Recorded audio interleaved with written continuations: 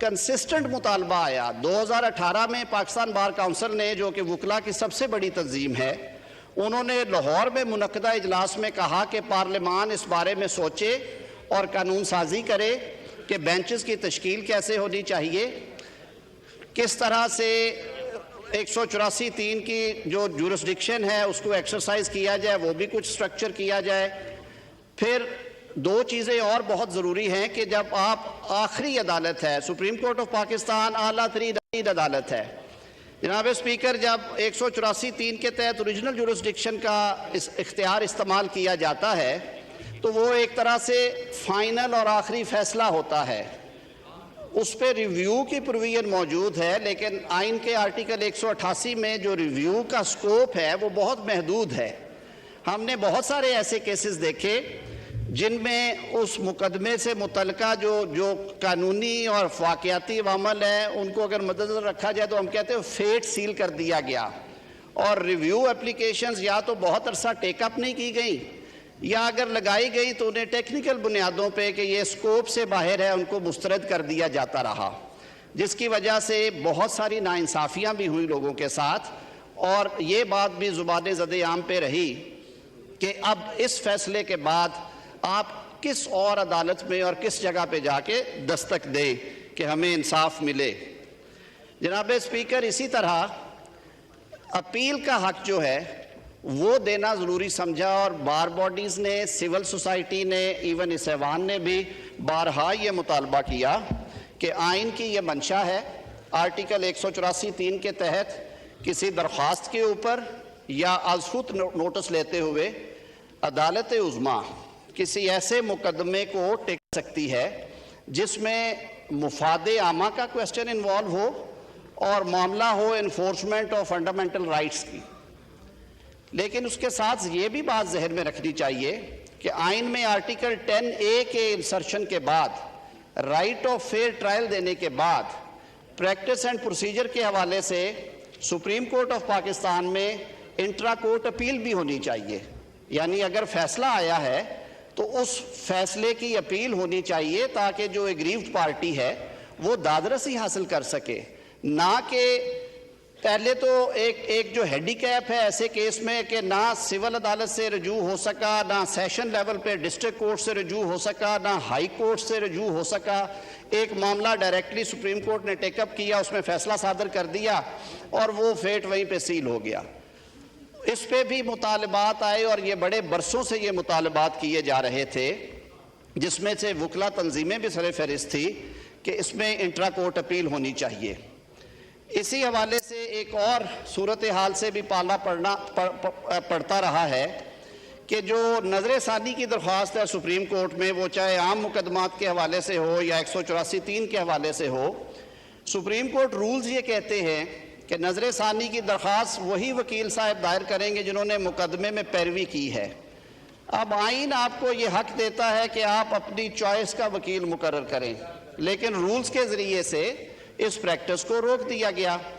اس بابت بھی بارہا مطالبہ کیا گیا سپریم کورٹ آف پاکستان سے بھی اور اس معزز ایوان سے بھی